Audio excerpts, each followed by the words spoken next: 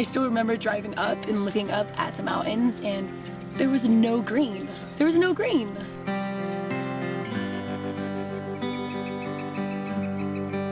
There's all these different childhood places that I grew up in, and they're never going to be the same.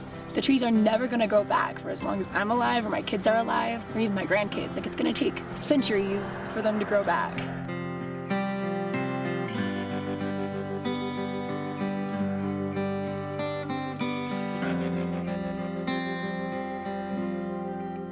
Every time you see a tree that's still standing, it looks like it's alive, but it's brown, that's dead. I remember when I took my boyfriend up to the mountains one of the first times, and he was like, oh, it's okay, the trees will be green again in the wintertime. And I had to explain to him, like, no, that means they're dead, like they're never coming back. As of this fall, the Forest Service aerial surveys estimated that there were more than 100 million standing dead trees in California.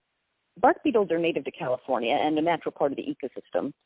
There's several species which feed on different species of pines, and what they do is they drill holes under the bark of the tree and lay their eggs, and the larvae feed on the phloem, which is the tissues under the bark that transport sugars from the leaves to the rest of the tree. And so when bark beetles find a weakened tree that isn't properly defended that they can attack, they send out chemical signals called pheromones to call in more beetles to that tree. And if enough of the sugar-transporting tissue is damaged, then the tree dies.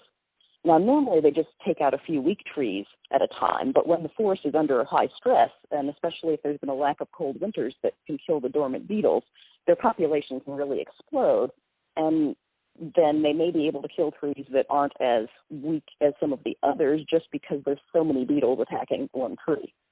It's hard to say if an individual tree died from drought or from bark beetles or disease. It's often a combination.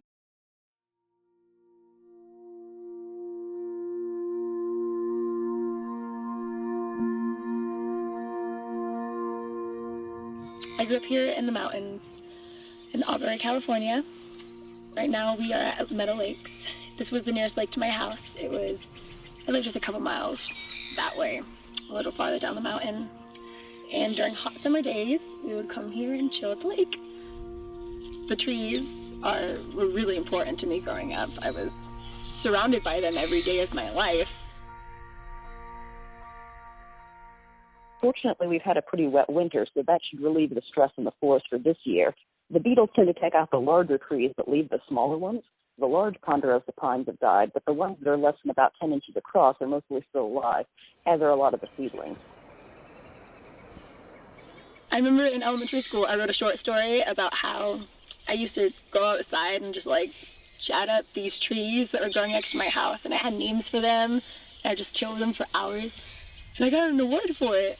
I got like a $7 certificate to the book fair, and my teacher was like, good job, Tessina, like the symbolism, the metaphor, but like I was being legit serious. I actually used to talk to trees as a kid because they're living things. I totally believe that they have souls.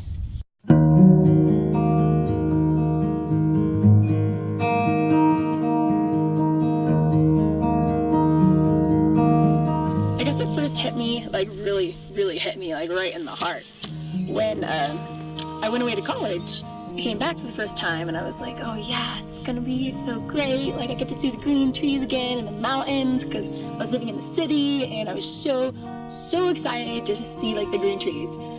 That just wasn't the way it was. Like they were just all gone. It was such like a drastic change that, yeah, that was when it really hit me. Nothing is gonna be the same.